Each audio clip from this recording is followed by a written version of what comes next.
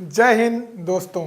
आज हम देखने वाले हैं भारतीय संविधान की ऐतिहासिक पृष्ठभूमि, जिसमें हम भारतीय संविधान हमारा किस तरीके से बना, किस प्रकार से ये आगे चलकर 26 जनवरी 1950 में पूर्ण रूप से ये हमारे भारत में लागू हुआ, तो यह किस प्रकार से किस प्रकार की इसमें मांगें उठी और किन परिस्थितियों से होकर ये आगे चला और संविधान बना, तो इसको हम पूरा आज देखेंगे इस लेक्चर में। तो जो आपका संविधान है उसका बेसिक आप समझिए कि संविधान की ऐतिहासिक ये पृष्ठभूमि है। इसी को दृष्टिगत रखते हुए हम संविधान में आगे बढ़ेंगे। जो आने वाले लेक्चर होंगे उनको समझने के लिए आपको इसको बहुत अच्छे से देखना होगा, ताकि आपका एक आधारभूत जो इसका ढांचा है ये आपको पूरी तरीके से समझ में आए। तो आइए चलिए शुरू करते हैं। जैसा कि आप इसमें देख सकते हैं टाइटल में क्या है, संविधान का निर्माण ऐतिहासिक पृष्ठभूमि 1950 से गणतंत्र तक। जो 1950 में हमारा संविधान लागू हुआ और हमारा राष्ट्र जो है एक गणतंत्र के रूप में विकसित हुआ, वहाँ तक के सफ़र को हम देखेंगे। तो इसमें हुआ क्या, जो ईस्ट इंडिया कंपनी से इसकी शुरुआत, वहाँ के शासन के समय से शुरुआत, जो हमने आपको पिछले लेक्चर में बताया कि 1600 में ईस्ट इंडिया कंपनी भारत में आई। उसके बाद जो उसने यहाँ पर पहले एक कंपनी के रूप में शासन किया, फिर उसके बाद धीरे धीरे वो राजनीतिक रूप में भारत पर शासन किया, फिर उसके बाद ब्रिटिश क्राउन ने शासन किया। इसी को हमने किसके माध्यम से देखा, इसको हमने जो दो पार्ट, ईस्ट इंडिया कंपनी का शासन और ब्रिटिश क्राउन का शासन, जिसमें हमने कई एक्टों के बारे में पढ़ा, जो पिछले लेक्चर में आप अगर आपने नहीं देखा है तो उसको देखिए।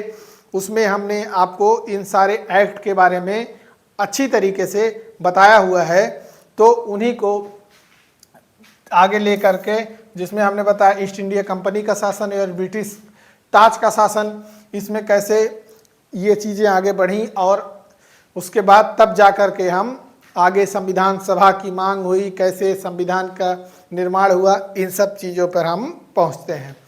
तो इसी सब से होते हुए जो वर्तमान में हम अपना आज का संविधान बना हुआ देखते हैं, वो इन परिस्थितियों से होकर के गुजरा और हमारा संविधान बना।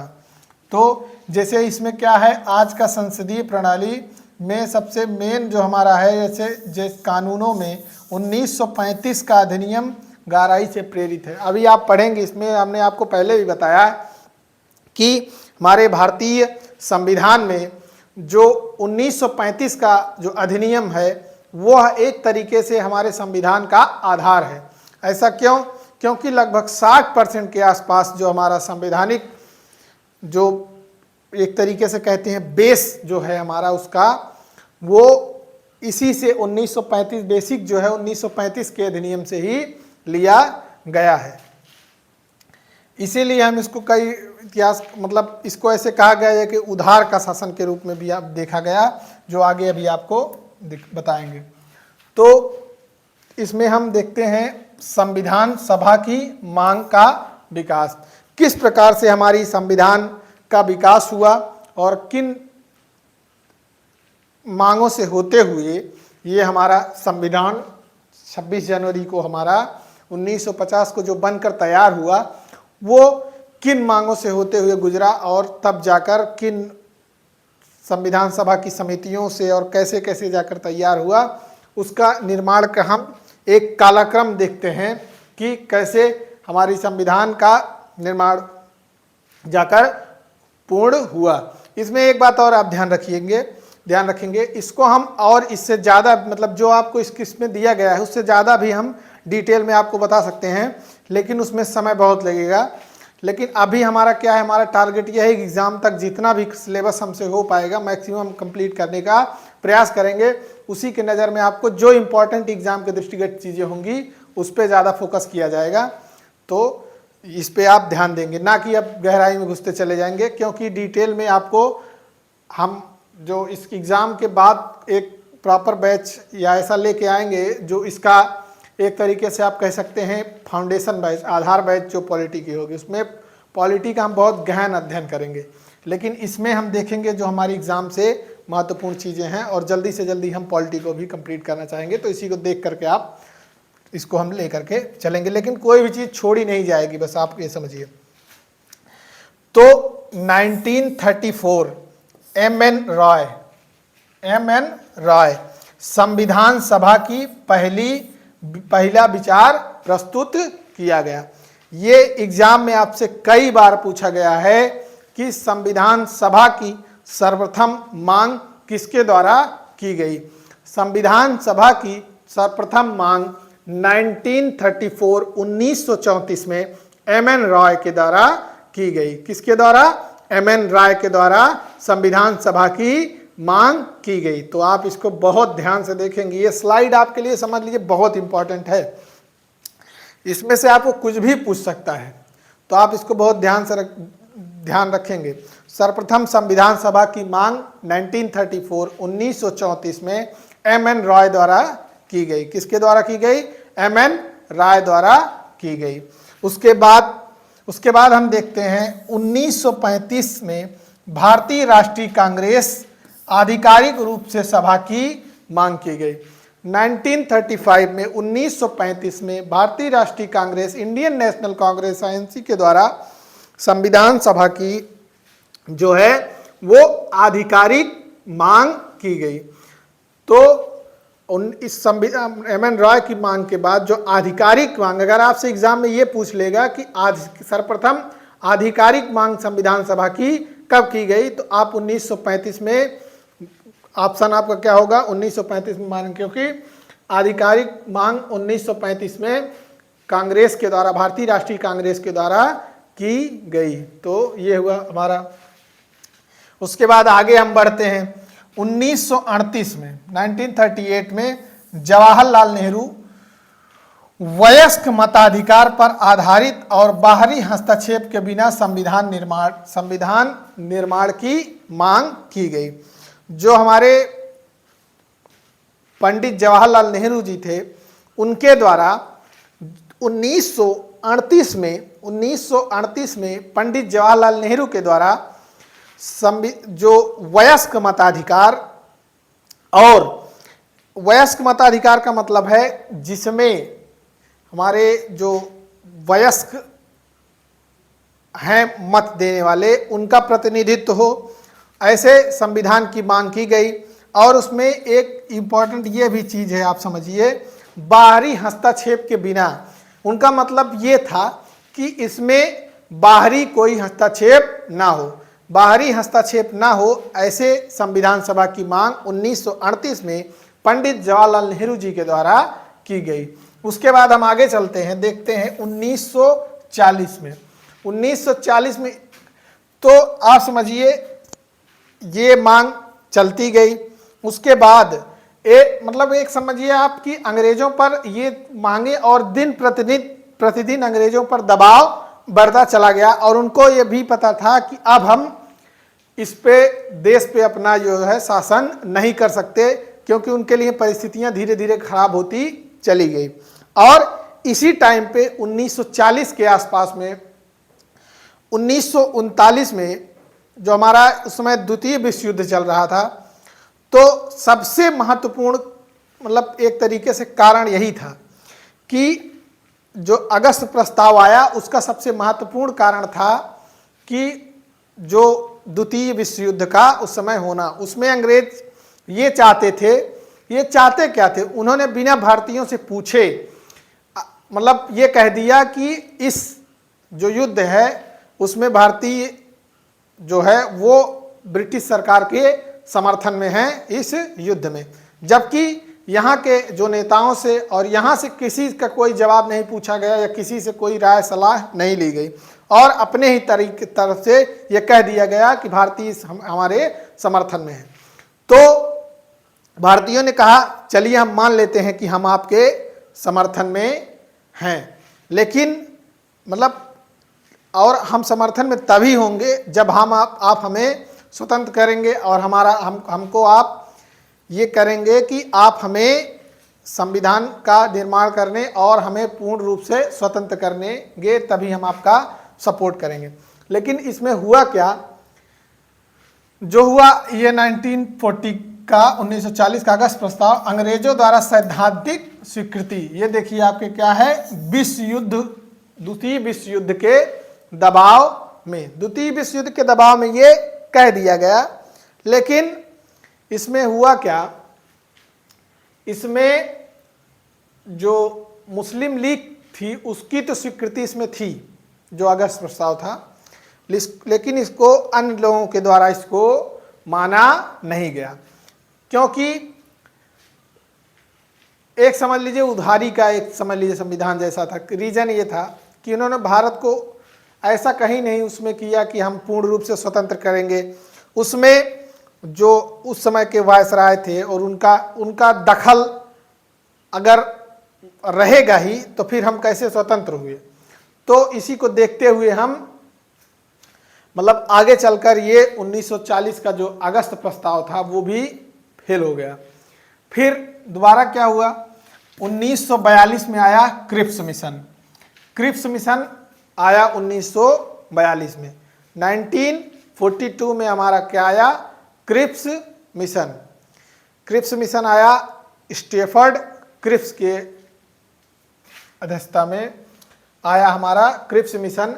लेकिन इसको मुस्लिम लीग, और आया किस, इसके आप इसके पीछे की कहानी जानिए।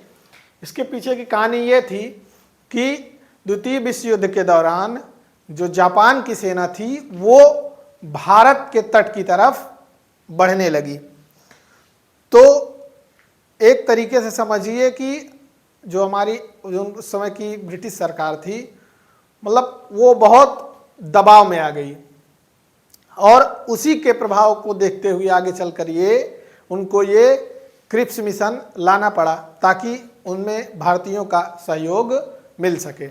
लेकिन इसमें मुस्लिम लीग के द्वारा, जो हमारी मुस्लिम लीग थी, जिसका हमारी क्या कह सकते हैं पाकिस्तान की मुस्लिम लीग थी, जो मुस्लिम लीग उस समय थी जिसमें अंत में जाकर वो एक अलग राष्ट्र कैसे बना पाकिस्तान, इसके बारे में आप हिस्ट्री में पढ़ेंगे। तो मुस्लिम लीग के द्वारा जो थे वो इसको अस्वीकृत कर दिया गया। और अलग पाकिस्तान, रीजन क्या था इसका, अलग पाकिस्तान की मांग के कारण, क्योंकि ये शुरू से ही राग अलाप रहे थे कि हमें एक अलग राष्ट्र चाहिए। तो जिसके कारण इन्होंने जो 1942 का क्रिप्स मिशन था उसको इन्होंने क्या किया, अस्वीकृत कर दिया। 1942 के जो हमारा क्रिप्स मिशन था इसको क्या कर दिया इन्होंने, अस्वीकृत कर दिया। क्या कर दिया, अस्वीकृत कर दिया। तो ये हमारा कालक्रम रहा, कैसे कैसे हम संविधान की तरफ आगे बढ़े, जिसमें सर्वप्रथम 1934 में एम.एन. रॉय जी द्वारा जो संविधान सभा की मांग की गई, उसके बाद 1935 में कांग्रेस द्वारा आधिकारिक मांग की गई, फिर उसके बाद 1938 में पंडित जवाहरलाल नेहरू जी द्वारा जो वयस्क मताधिकार और क्या कहते हैं बाहरी हस्तक्षेप के बिना संविधान की सभा की मांग की गई। फिर आगे चलकर 1940 में क्या आया, अगस्त प्रस्ताव, फिर ये भी इसको मुस्लिम लीग द्वारा नहीं माना गया। फिर 1942 में क्या हुआ, तो ये फेल कर गया। फिर 1942 में आया क्रिप्स मिशन। 1942 में आया क्रिप्स मिशन। क्रिप्स मिशन को मुस्लिम लीग द्वारा अस्वीकृत कर दिया गया, क्योंकि उनको चाहिए था एक अलग राष्ट्र, किसके नाम से, पाकिस्तान के नाम से एक अलग राष्ट्र चाहिए था। तो ये भी अस्वीकृत हो गया। अब एक आवाज समझिए आप, ये हमारा क्रम रहा। अब आगे हम देखते हैं आगे इसमें कि हमारा संविधान, इसमें संविधान की तरफ आगे कैसे बढ़ा। तो हमारा आया कैबिनेट मिशन योजना 1946, कैबिनेट मिशन योजना 1946, कैबिनेट मिशन योजना 1946, कैबिनेट मिशन योजना 1946 और सभा का गठन।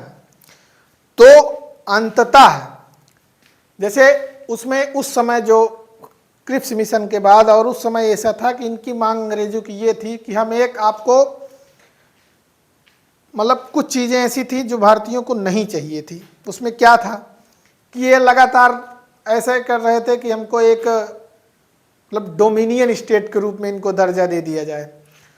और इसमें क्या था क्या कि कोई राष्ट्र चाहे भारत में तो वो रह सकता है। वो राष्ट्र क्या, भारत में कोई है, जैसे जिस प्रकार अमेरिका का जो स्ट्रक्चर है, संवैधानिक स्ट्रक्चर, उसमें स्टेट और सेंट्रल की जो है वो अलग है, उसमें नागरिकता उनकी अलग है। तो कोई अगर उसी प्रकार यहाँ था कि अगर आप कोई स्टेट चाहे तो वो भारत में रह सकता है और नहीं चाहे तो नहीं रह सकता। लेकिन ये सब चीज़ें नहीं मानी गई और अंततः जिस हिसाब से हमें संविधान चाहिए था उस प्रकार से हमारी बातें जानी गई।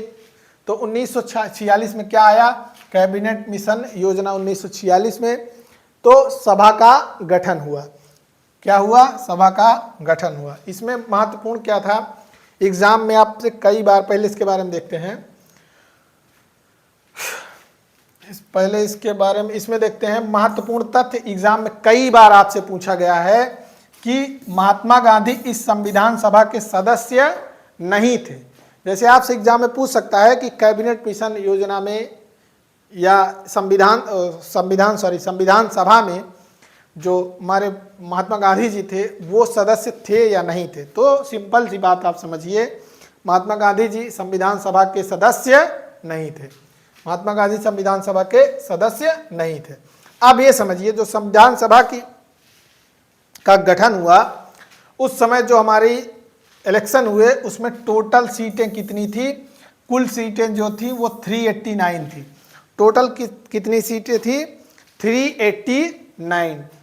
और 389 में 296, इस 296 में 296 सीटों में 292 प्लस 4, ये आप ध्यान रखेंगे। क्या ध्यान रखेंगे, 292 प्लस 4। 292 प्लस 4 का मतलब क्या है, जो ब्रिटिश भारत में सीटें कितनी थी, टोटल 296, जिसमें 292 ये थी ब्रिटिश प्रांतों से, और ये जो 4 थी ये थी कमिश्नरेट्स। किससे थी, कमिश्नरेट। तो आप यहाँ इसको ध्यान दीजिए, एग्जाम में पूछ भी सकता है आपसे कि कमिश्नरेट से जो हमारी सीटें थी वो कितने थी कमिश्नरेट से सीटें, कमिश्नरेट से सीटें थी 4, 292 प्लस 4, और टोटल ब्रिटिश भारत से सीटें थी कितनी, 296। और जो हमारी रियासतें थी, देसी रियासतें, उनकी सीटें थी कितनी, 93। कितनी सीटें थी, 93। टोटल रियासतों से सीटें कितनी थी, 93। अब इसमें क्या था, प्रति 10 लाख जनसंख्या पर एक सीट। ये चीजें आज भी चल रही हैं कि प्रति 10 लाख, जो हमारा 10 लाख की सीट पर, 10 लाख की आबादी पर एक सीट, शुरुआत और सभा का बहिष्कार किया। तो जो आप समझिए कि उस समय जो ये थी ब्रिटिश भारत से सीटें थी वो थी 296, और रियासतों से सीटें थी कितनी, 93। रियासतों से कितनी सीटें थी, 93 सीटें थी रियासतों से। तो अब ब्रिटिश भारत में जुलाई अगस्त 1946 में चुनाव हुआ।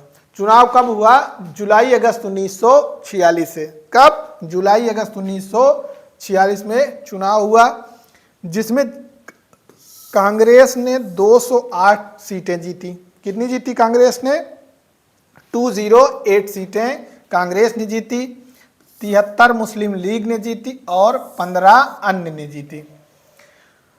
208 कांग्रेस ने, 73 मुस्लिम लीग ने और 15 अन्य ने इसमें सीटें जीती। और इसमें एक चीज़ आप और ध्यान रखिएगा, इसमें महिलाओं के लिए जो देखेंगे हम, महिलाओं का भी इसमें कितना हिस्सेदारी थी, टोटल सीटें कितनी थी, महिलाओं के लिए 15 सीटें थी। यह सभा आंशिक रूप से चुनी हुई और आंशिक रूप से नामांकित थी। विशेष ध्यान रखिएगा, ये सभा आंशिक रूप से चुनी हुई तथा आंशिक रूप से नामांकित थी।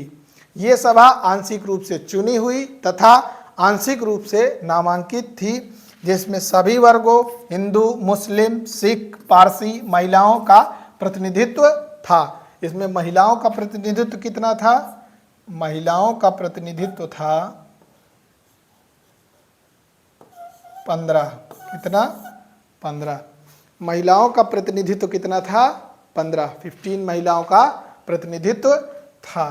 तो आप मतलब इसको बढ़िया से याद रखेंगे। ये चीज़ें एग्ज़ाम में कई बार पूछी गई हैं और आगे भी पूछे जाएंगी। जब आप एग्ज़ाम दे करके आएंगे तब आप बताएंगे कि चीज़ें इसमें से हुई या नहीं। तो चलिए हम इसके बाद आगे देखते हैं। अब सभा के पहले कदम 1946।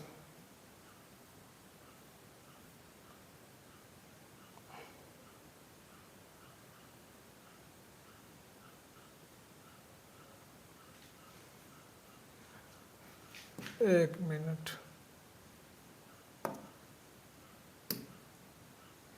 सभा के पहले कदम 1946। तो हमारी जो संविधान सभा थी उसके स्टेप्स आगे क्या रहे?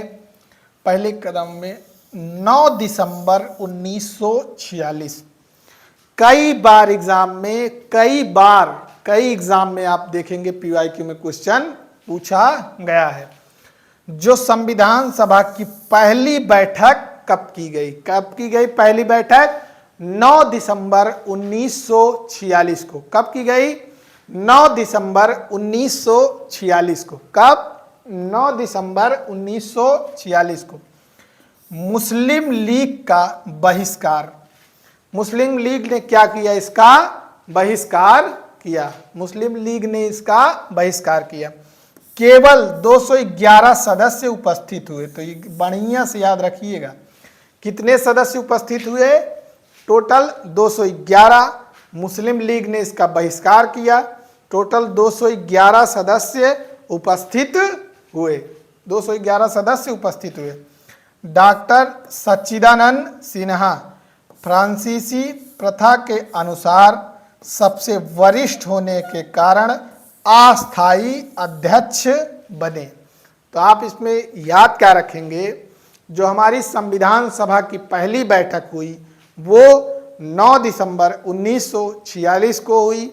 जो इसमें क्या हुआ कि इसके अध्यक्ष थे डॉक्टर सच्चिदानंद सिन्हा, जो कि अस्थायी अध्यक्ष थे। तो एग्जाम में भी कई बार पूछा गया है और आगे आपको एग्जाम में क्वेश्चन जरूर किसी न किसी एग्जाम में दिखेगा। तो आप इसको ध्यान रखेंगे। अस्थायी अध्यक्ष डॉक्टर सच्चिदानंद सिन्हा। टोटल 211 सदस्य इसमें उपस्थित हुए। आगे देखते हैं दूसरी बैठक 11 दिसंबर 1946 को। डॉक्टर राजेंद्र प्रसाद ये क्या हो गए? अस्थाई अध्यक्ष। क्या हुए? अस्थाई अध्यक्ष। डॉक्टर राजेंद्र प्रसाद अस्थाई अध्यक्ष चुने गए। 2 उपाध्यक्ष HC मुखर्जी और VT कृष्णामाचारी। HC मुखर्जी जो हमारी दूसरी बैठक हुई संविधान सभा की वो 11 दिसंबर 1946 को हुई, जिसमें हमारे अध्यक्ष थे वो अस्थाई अध्यक्ष डॉक्टर राजेंद्र प्रसाद और इसमें 2 उपाध्यक्ष VT कृष्णामाचारी और HC मुखर्जी जी थे। तो ये हमारी हुई संविधान सभा की दूसरी बैठक, जिसमें ये इसके आगे हम देखते हैं इसमें अस्थाई अध्यक्ष थे डॉक्टर राजेंद्र प्रसाद जी। उसके बाद तीसरी बैठक हुई 13 दिसंबर 1946 को। तो अगले 2 दिन बाद 13 दिसंबर 1946 को संविधान सभा की तीसरी बैठक हुई, जिसमें क्या हुआ? जवाहरलाल नेहरू द्वारा ऐतिहासिक उद्देश्य प्रस्ताव ऑब्जेक्टिव रिजोल्यूशन पेश किया गया, जो 13 दिसंबर 1946 को पंडित जवाहरलाल नेहरू द्वारा उद्देश्य प्रस्ताव पेश किया गया। पंडित जवाहरलाल नेहरू के द्वारा जो 13 दिसंबर 1946 को ऑब्जेक्टिव रिजोल्यूशन उद्देश्य प्रस्ताव पेश किया गया और 22 जनवरी 1947 को इसको स्वीकृत किया गया। 22 जनवरी 1947 को स्वीकृत किया गया और यही उद्देश्य प्रस्ताव आगे चलकर किसका रूप लिया? प्रस्तावना का। जो हमारी संविधान अभी हम आगे पढ़ेंगे, संविधान उसमें देखेंगे जो हमारा सबसे एक मतलब शुरुआत जहाँ से होती है प्रियम्बल से, वो यहीं से लिया गया है उद्देश्य प्रस्ताव से। तो प्रस्तावना इसे ही इसका क्या कहेंगे? आधार है। तो कई बार एग्जाम में पूछा गया है, यही प्रस्तावना का आधार है। प्रस्तावना का आधार है। प्रस्तावना का आधार क्या है? ऑब्जेक्टिव रिजोल्यूशन, उद्देश्य प्रस्ताव। उद्देश्य प्रस्ताव हमारा जो है वो क्या है? वो प्रियम्बल का, जो हमारी प्रस्तावना है उसका प्रस्तावना का आधार है। अब आगे चलते हैं। 1 मिनट का आप हमें समय देंगे बस।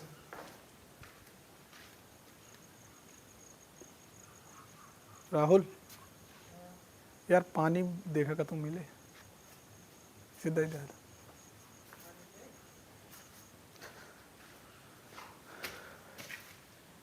तो हम अब देखते हैं 1947 के स्वतंत्रता अधिनियम का प्रभाव। 1947 के स्वतंत्रता अधिनियम का प्रभाव। तो इसमें क्या हुआ? 1947 के स्वतंत्रता अधिनियम में से पूर्ण संप्रभु निकाय, फुली सॉवरिन। फुली सॉवरिन का मतलब क्या है? यही तो भारतीय जो हमारे जो जिन्होंने संविधान की मांग की, उनका शुरुआत से स्टैंड यही रहा कि हमें एक पूर्ण संप्रभु जो राष्ट्र है वो चाहिए, जिसमें हमारा जो इनकी नीतियों पर, इसके संविधान पर, इसके हर पहलुओं पर जो हमारे देश के नागरिक और यहाँ के लोग हैं वो अपने हिसाब से चीज़ों को रेगुलेट करेंगे, ना कि एक ब्रिटिशर्स के जो उनकी कॉलोनी के रूप में रहकर वो ये चीज़ें नहीं चाहते हैं। एक फुली संप्रभु। फुली संप्रभु का मतलब बस यही है कि आप चीज़ें अपने अनुसार कर सकते हैं, बाहरी किसी भी देश का, किसी का इसमें कोई हस्तक्षेप ना हो। Fully sovereign. अब सभा ब्रिटिश कानूनों को बदलने, समाप्त करने, एक मिनट पानी पी ले।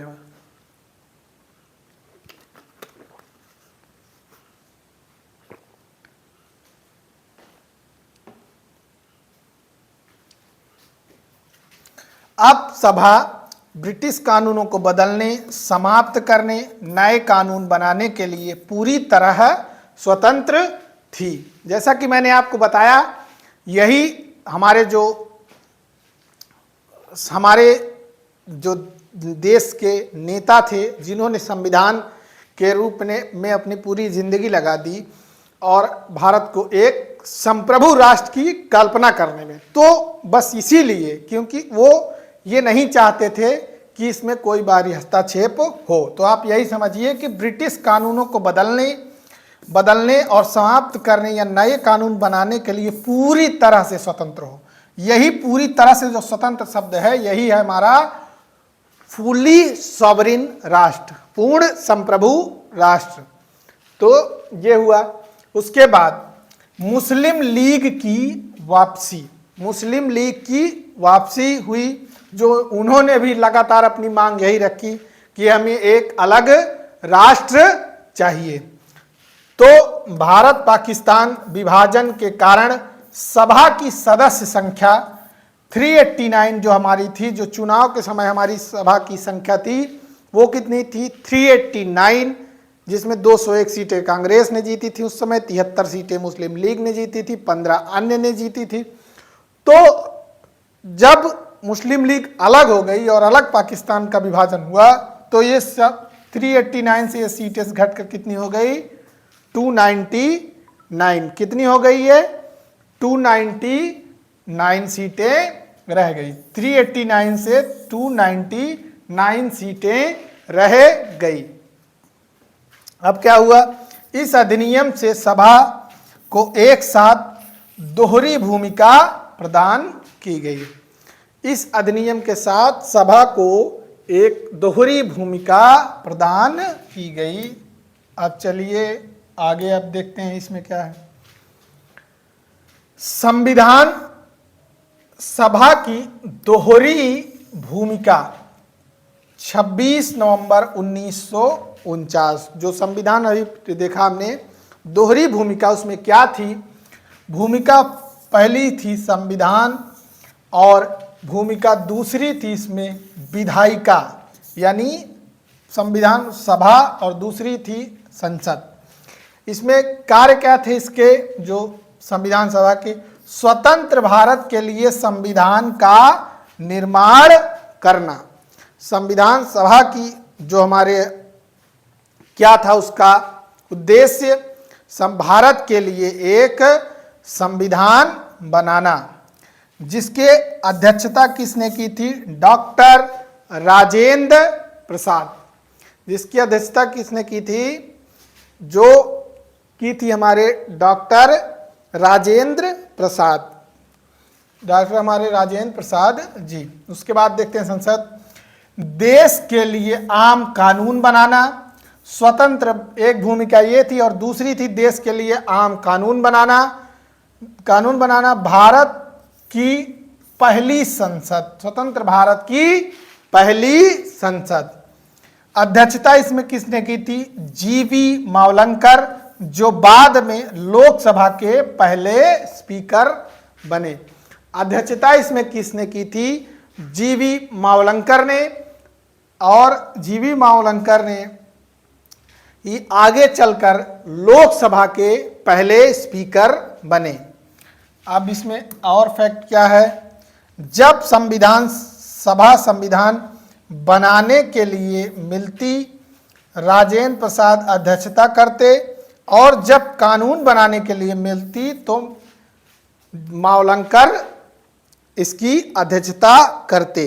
जब आप समझिए, सिंपल शब्दों में आप समझिए कि जब संविधान बनाने के लिए सभा बैठती तो उसकी अध्यक्षता कौन करते, डॉक्टर राजेंद्र प्रसाद, और जब जो कानून बनाने की बात आती तो उसके लिए कौन अध्यक्षता करते, जीवी मावलंकर। ये हमारी थी उस समय की 1947 के अधिनियम की दोहरी जो थी दो भूमिकाएं।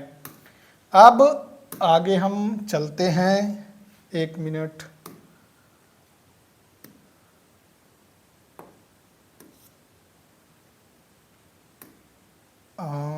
बस आगे चलते हैं। हाँ, अब देखते हैं, गर्मी ज़्यादा है तो संविधान निर्माण की प्रमुख समितियां और उनके अध्यक्ष। संविधान निर्माण की प्रमुख समितियां और उनके अध्यक्ष।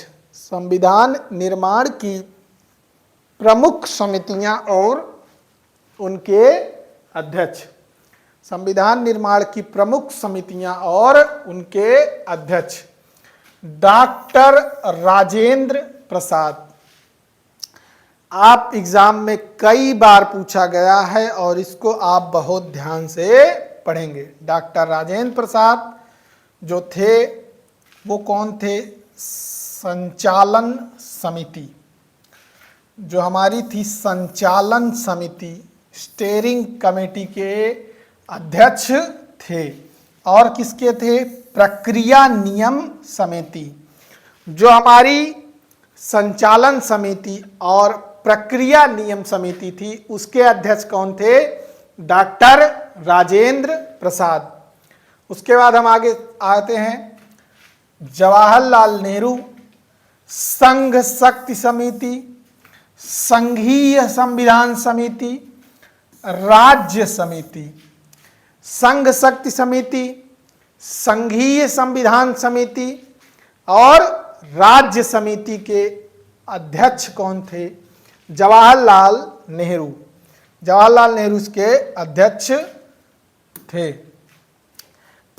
सरदार पटेल जी प्रांतीय संविधान समिति और सलाहकार समिति के अध्यक्ष थे। सरदार पटेल जी हमारे जो थे वो प्रांतीय संविधान समिति और सलाहकार जो हमारी समिति थी उसके अध्यक्ष थे।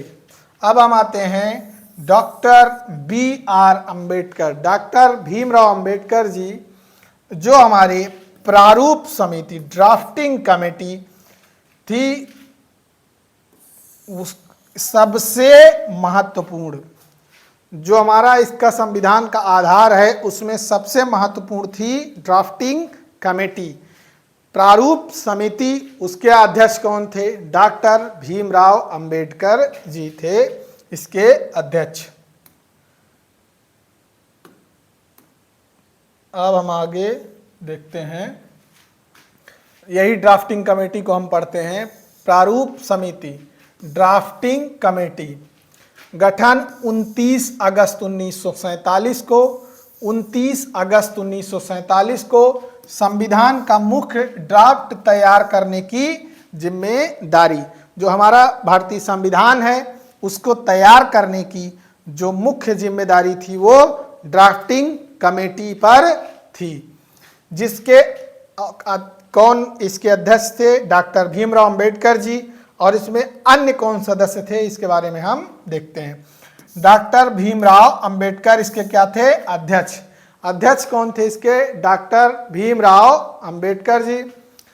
और इसमें सदस्य थे N Gopalaswami Ayyangar, N Gopalaswami Ayyangar, Alladi Krishnaswami Iyer, Alladi Krishnaswami Iyer, doctor K M. Munshi, Syed Mohammad Saadulla, Syed Mohammad Saadulla, T T. Krishnamachari और एन. माधव राव। और टी.टी. कृष्णामाचारी और एन. माधव राव जी इनके बारे में और हम ये देखते हैं क्योंकि इनके स्थान पर डी.पी. खेतान की मृत्यु के बाद उनकी जगह ली। डी.पी. खेतान की मृत्यु के बाद उनकी अध्यक्षता किसने, उनकी स्थान उनका किसने लिया? उनके स्थान पर टी.टी. कृष्णामाचारी और एन. माधवराव बी.एल. मित्र की जगह ली। एन. माधवराव ने, इसको आप याद रखेंगे अच्छे से, बी.एल. मित्र की जगह ली किसने? एन. माधवराव ने, जिन्होंने स्वास्थ्य कारणों से इस्तीफा दे दिया था। तो जो हमारे बी.एल. मित्र जी थे इन्होंने स्वास्थ्य कारणों से इस्तीफा दे दिया, जिसकी जगह पर किसने इसकी जगह ली? किन्होंने नहीं, इनकी जगह एन. माधवराव जी ने इनकी जगह ली। ये हमारी हो गई ड्राफ्टिंग कमेटी। तो आप इसको याद रखेंगे, ड्राफ्टिंग कमेटी के कौन कौन से, इसमें कौन सदस्य कौन थे। अब आगे चलते हैं। तो हमारा जो संविधान ड्राफ्टिंग कमेटी इसको ड्राफ्ट किया गया, उसके बाद जब ये तैयार हुआ तो इसमें ये देखा गया कि इसमें देखा जाना था कि इसमें क्या कमी रह गई, इसमें क्या सुधार किए जा सकते हैं। तो इसके रूप में इसका क्या करना था, इसमें इसका वाचन, रीडिंग थी। तो संविधान का वाचन, द ड्राफ्टिंग प्रोसेस, प्रथम वाचन कब किया गया? 4 नवंबर 1948 को। अंतिम ड्राफ्ट पेश किया गया। आम चर्चा का प्रारंभिक चरण था जो कब तक चला? 3 से 4 दिन। कब तक चला? 3 से 4 दिन। जो हमारा प्रथम वाचन था वो कब तक चला? 3 से 4 दिन। द्वितीय वाचन जो था वो 15 नवंबर 1948 से 17 अक्टूबर 1949 तक। 15 नवंबर 1948 से 17 अक्टूबर 1949 तक चला, जो ये सबसे लंबा विस्तृत चरण, लगभग 1 वर्ष। संविधान का हर एक शब्द, अनुच्छेद और कानून पर गहन चर्चा और संशोधन किए गए। इसीलिए इसकी रीडिंग की जानी थी, इसका कि इसमें जो भी सुधार हो और इस पे गहन चर्चा हो, उसमें जो संशोधन हो सके, जरूरी हो, उसको किया जा सके।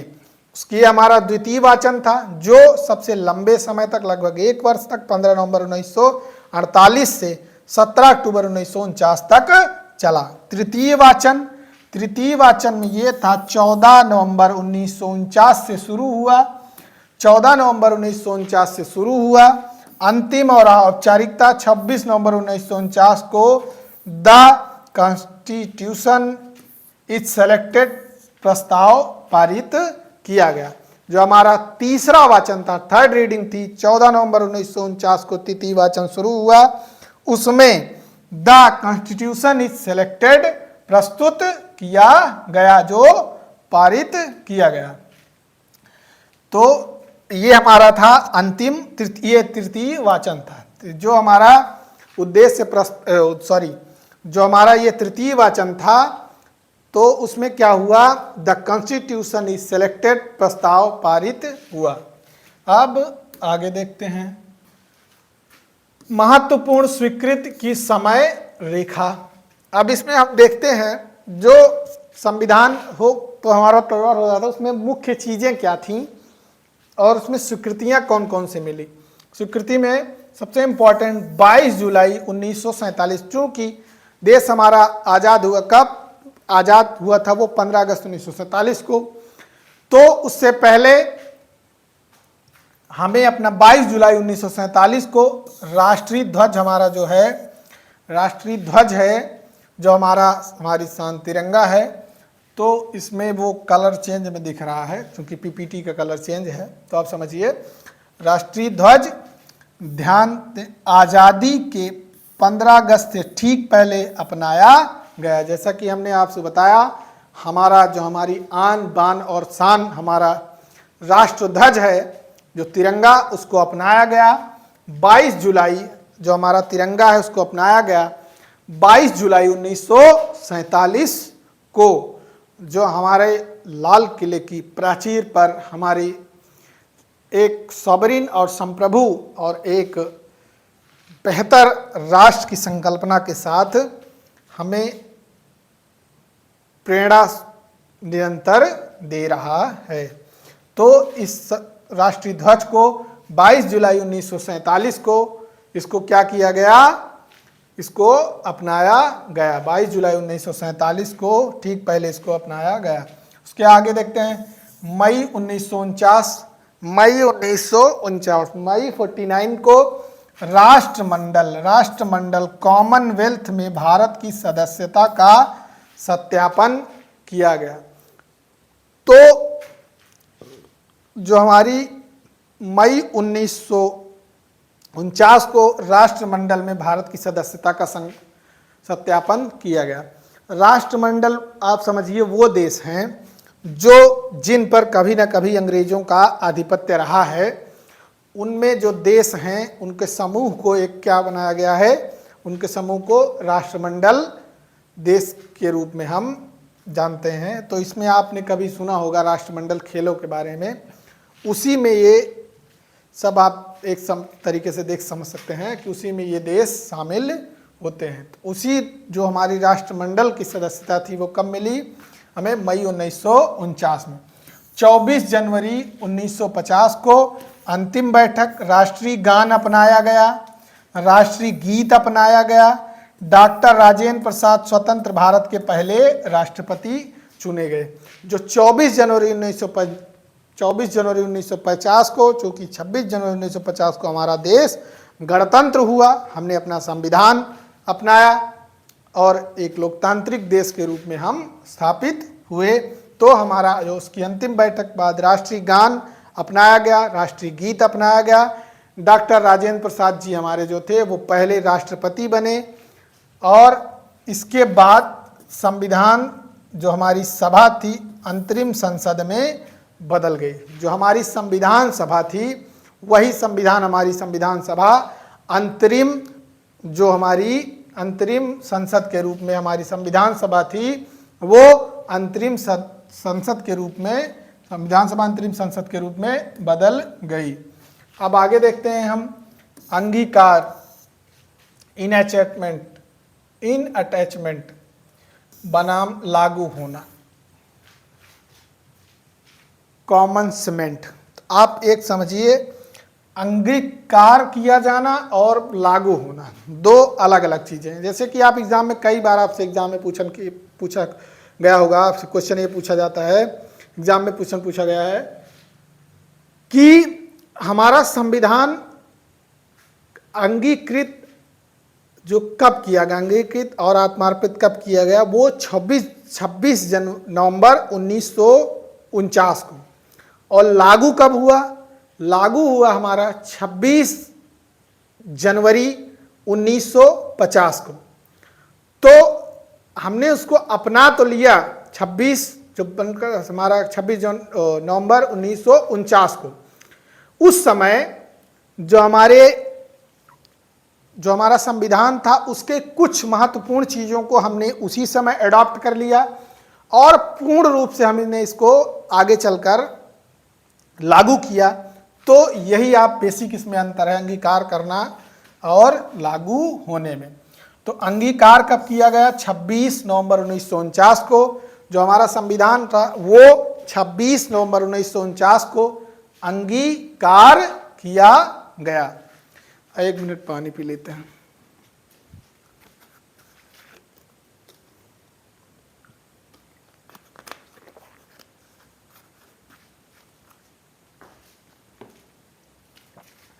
तो अंगीकार किया गया 26 नवंबर 1949 को। संविधान बनकर पूरी तरह तैयार हुआ और स्वीकृत किया गया। संविधान पूरी तरीके से बनकर तैयार हुआ लेकिन स्वीकृत पूरी तरीके से नहीं हुआ। आगे हम इसमें देखते हैं। अभी शामिल थे इसमें एक प्रस्ताव, 395 अनुच्छेद और 8 अनुसूचियां। उस समय जो हमारा संविधान बनकर तैयार हुआ उसमें 395 अनुच्छेद, प्रस्तावना 1, प्रस्तावना 395, उसके बाद 8 अनुसूचियां। अभी वर्तमान में हमारे पास लगभग 440 के आसपास अनुच्छेद हैं और जो अनुसूचियां हैं उनकी भी संख्या बढ़कर कितनी हो गई है? 12। तो ये हम आगे देखेंगे। तो इसमें क्या हुआ? उस समय नागरिकता, चुनाव, अस्थाई संसद जैसे कुछ विशेष प्रावधान लागू हो गए। तो वही हमने आपको बताया, जिसमें उदाहरण के लिए आर्टिकल 5, 6, 325 टोटल कितने थे आप समझिए, टोटल 16 आर्टिकल जो थे हमारे, 16 आर्टिकल जो थे हमारे उस समय, उसी समय अडॉप्ट कर लिए गए। 16 आर्टिकल हमारे जो थे उसी समय अडॉप्ट कर लिए गए, जिसमें प्रमुखता से नागरिकता, चुनाव, अस्थायी जो हमारी संसद थी, जैसे कुछ विशेष प्रावधान तुरंत लागू हो गए, जैसे 5, 6, 7, 8, 9 और जो हमारे 324, ये 16 आर्टिकल टोटल उसी समय लागू हो गए। उसके बाद आगे चलकर लागू हुआ पूर्ण रूप से हमारा संविधान 26 जनवरी 1950 को। कब? 26 जनवरी 1950 को संविधान पूर्ण रूप से हमारा लागू हुआ। कब लागू हुआ? 26 जनवरी 1950 को संविधान पूर्ण रूप से लागू हुआ। Came to into force. कब हुआ? संविधान पूर्ण रूप से लागू हुआ 26 जनवरी 1950 को। कब लागू हुआ संविधान पूर्ण रूप से? 26 जनवरी 1950 को। तारीख का कारण, ये 26 जनवरी ही क्यों तारीख ली गई? रीजन इसका क्या था? 1930 के लाहौर अधिवेशन में पूर्ण स्वराज की मांग की गई थी। जो 1930 का लाहौर अधिवेशन था उसमें जो हमारे संविधान की जो हमारे में संविधान में पूर्ण स्वराज की मांग की गई थी, कब की गई थी? 1930, जो हमारा लाहौर अधिवेशन 1930 था, उसमें पूर्ण स्वराज की मांग की गई थी। उसी को देखते हुए एक तारीख चुनी गई, वो थी 26 जनवरी 1950 को हमारा संविधान लागू हुआ। उसी की याद में ये दिन चुना गया। उसी की लाहौर अधिवेशन 1930 के जो हमारा याद में 26 जनवरी 1950 को हमारा संविधान उसी दिन पूर्ण रूप से लागू हुआ और हम एक गणतंत्र और संप्रभु जो यूनिटरी एक यूनियन के रूप में हम संविधान को हमने स्थापित किया और हम पूर्ण रूप से एक सॉवरेन राष्ट्र के रूप में स्थापित हो गए। अब आगे हम इसमें देखते हैं और मुख्य पॉइंट क्या है इसमें, परीक्षा के लिए महत्वपूर्ण तथ्य जो हमारे पॉइंटर हैं। प्रतीक सिंबल क्या था? सिंबल था हाथी को संविधान सभा की सील के रूप में अपनाया गया। जो हाथी थी उसको संविधान सभा की सील या मोहर के रूप में अपनाया गया। कानूनी सलाहकार सर BN राव संविधान के पीछे का मुख्य मस्तिष्क और सलाहकार। तो जो हमारे BN राव जी थे, उनको जो हमारे संविधान का जो है कानूनी सलाहकार और संविधान के पीछे का मुख्य मस्तिष्क और सलाहकार थे हमारे, कौन थे? सर जो हमारे थे BN राव जी। उसके बाद सुलेखक हमारे कैलीग्राफर कौन थे? प्रेम बिहारी नारायण रायजादा। प्रेम बिहारी नारायण रायजादा मूल संविधान को इटैलिक्स शैली में अपने हाथों से लिखा। मूल संविधान को अपने इटैलिक्स जो शैली में लिखा, किसने लिखा? प्रेम बिहारी नारायण रायजादा ने अपने हाथों से लिखा। प्रेम बिहारी नारायण रायजादा। अब इसके आगे हम देखते हैं, आगे हम इसमें चलिए हम इसके आगे देखते हैं। इसमें कुछ चीज़ें हैं और जो को आपको बतानी हैं, लेकिन हम सोच रहे हैं इसके आगे आपको नेक्स्ट लेक्चर में वो चीज़ें बताएंगे एक पॉइंटर के रूप में। तो आगे आपको कुछ चीज़ें हैं जो आगे आपको पॉइंटर के रूप में नोट में दी जाएंगी। तो यहाँ पे चलिए इसमें आगे देखते हैं। समय 2 साल 11 माह 18 दिन, कुल 11 सत्र। जो हमारा संविधान था उसको बनने में आपने कई बार तो देखा होगा, सुना होगा बढ़िया से, 2 साल 11 माह 18 दिन, लगभग 2 साल 11 माह 18 दिन, टोटल 11 सत्र, ये याद रखेंगे।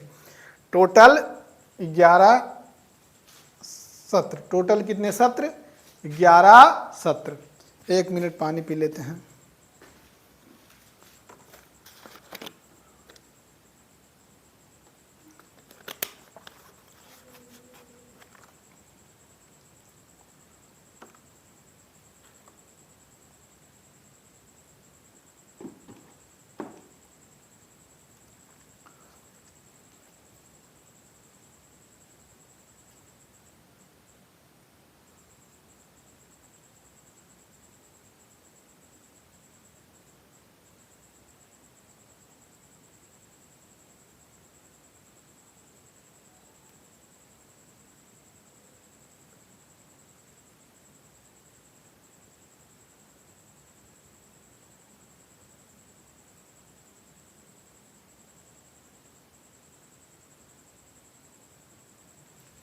चलिए तो थोड़ा पार्ट और बचा हुआ है, देखते हैं आगे। अध्ययन, लगभग 60 देशों के संविधान का अध्ययन किया गया और 114 दिन तक ड्राफ्ट पर विचार किया गया। लगभग 160 देशों के संविधान का, इसमें लगभग 60 देशों के संविधान का, लगभग 60 देशों के संविधान का क्या किया गया? लगभग 60 देशों के संविधान को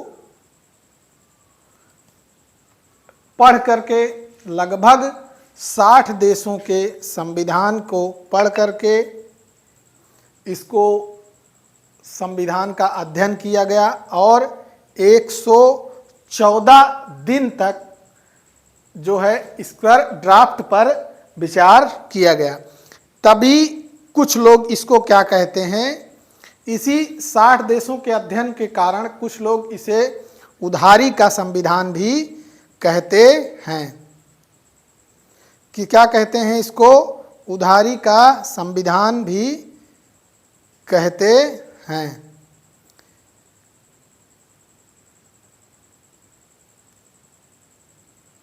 इसको क्या कहते हैं, उधारी का संविधान कहते हैं।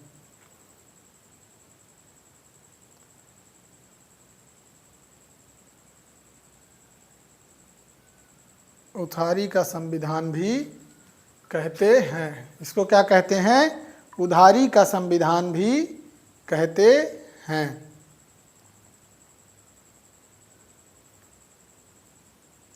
एक मिनट समय देंगे आप।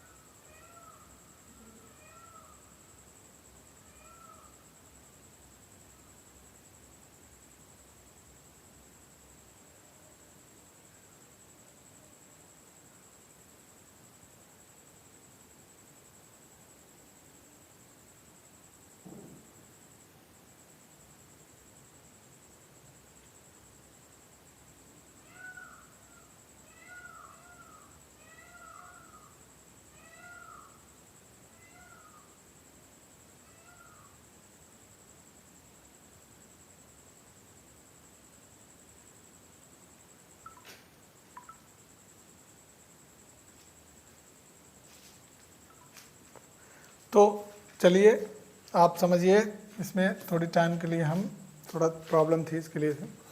इसके समझिए खर्च जो हमारा हुआ लगभग अध्ययन में हम देखते हैं टोटल 60 देशों का, इसमें 60 देशों के संविधान का क्या किया गया, अध्ययन किया गया और 114 दिनों तक इस ड्राफ्ट पर विचार करने के बाद हमारा संविधान जो था उसको क्या किया गया, अपनाया गया। ये हमारा था। आगे खर्च, संविधान के निर्माण में कुल 64 लाख रुपए खर्च हुए। कितने हुए, 64 लाख संविधान के निर्माण में हम लिखने खर्च हुए 64। अब इसमें एक चीज और आप ध्यान रखें, इसके सजावट जो की गई, जो आप समझिए सजावट, जो चित्र वगैरह संविधान में दिए गए वो किसने इसको दिए, नंद, इधर देखिए, नंद लाल बोस। किसने दिया, नंदलाल बोस। नंदलाल बोस जी ने इसको सजावट की। क्या की, सजावट किसने की, नंदलाल बोस। इसको थोड़ा हम सही से लिख देते हैं।